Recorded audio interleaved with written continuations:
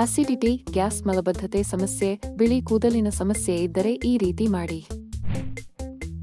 ಜೀರಿಗೆಯೊಂದಿಗೆ ಓಂ ಕಾಳನ್ನು ಹುರಿದು ನೀರಿನಲ್ಲಿ ಬೇಯಿಸಿ ಸೋಸಿ ಅದಕ್ಕೆ ಸಕ್ಕರೆ ಬೆರೆಸಿ ಕುಡಿದರೆ ನೈಸರ್ಗಿಕವಾಗಿಯೇ ಅಸಿಡಿಟಿ ಸಮಸ್ಯೆಯು ಕಡಿಮೆಯಾಗುತ್ತದೆ.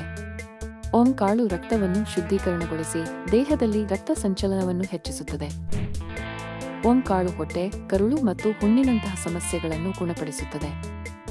ಇವು ಆಮ್ಲೀಯತೆ, ಗ್ಯಾಸ್ ಮತ್ತು ಅಜೀರ್ಣಕ್ಕೆ ಚಿಕಿತ್ಸೆ ನೀಡಲು ಸಹಕಾರಿಯಾಗಿವೆ. ಜೀರ್ಣಕಾರಿ ಸಮಸ್ಯೆಗಳಿಗೆ ಚಿಕಿತ್ಸೆ ಪಡೆಯಲು ನೀವು ಅರ್ಧ ಟೀ ಚಮಚ ಓಂ ಕಾಳು ಜಗಿದು ರಸವನ್ನು ನುಂಗಬೇಕು. ಓಂ ಕಾಳುಗಳಲ್ಲಿ ಹೆಚ್ಚಿನ ನಾರಿನಂಶ ಇದ್ದು ಇದು ದೇಹದಲ್ಲಿ ಅನಗತ್ಯವಾಗಿ ಶೇಖರಣೆಯಾಗಿರುವ ಕೊಬ್ಬನ್ನು ತೆಗೆಯಲು ಸಹಾಯ ಮಾಡುತ್ತದೆ. ಓಂ ಕಾಳುಗಳಲ್ಲಿ ಉರಿಯೂತ ಶಮನ ಮಾಡುವ ಗುಣಗಳಿವೆ. ಆರ್ಥ್ರೈಟಿಸ್ನಿಂದ ಉಂಟಾಗಿರುವ ಮೂಳೆಗಳ ಊತವನ್ನು ಕಡಿಮೆ ಮಾಡಲು ಇದು ಸಹಾಯ ಮಾಡುತ್ತದೆ. ಹೊಟ್ಟೆ ನೋವಿನಿಂದ ಮುಕ್ತಿ ನೀಡಲು ಓಂ ಕಾಳುಗಳು ಸಹಾಯ ಮಾಡುತ್ತದೆ.